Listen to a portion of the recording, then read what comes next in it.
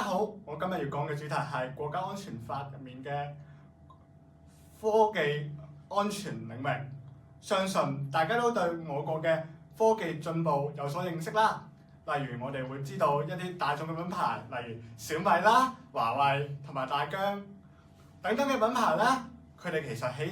國內好營銷之外，其實佢喺國外都有一定嘅競爭力同埋吸引性，咁證明咗我哋國家嘅科技終於有被國際認可，然之後我哋有自己嘅獨立性同埋可以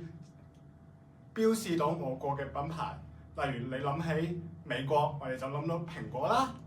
喺韓國，我哋就會諗到三星一樣。咁你可能諗啊，咁呢個關科技安全有咩關係咧？我哋國家又對呢個科技安全做咗啲咩事情啦？咁我哋國家咧就一直會培養緊我哋一啲科技人才，例如香港嘅教育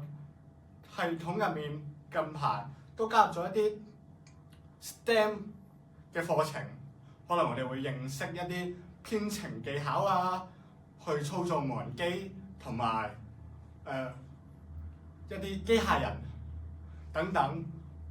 亦都會接觸一啲 AI 嘅技術。咁我哋希望我哋下一代可以繼續培養到一啲人才，讓我哋國家嘅科技進步作出貢獻。多謝大家。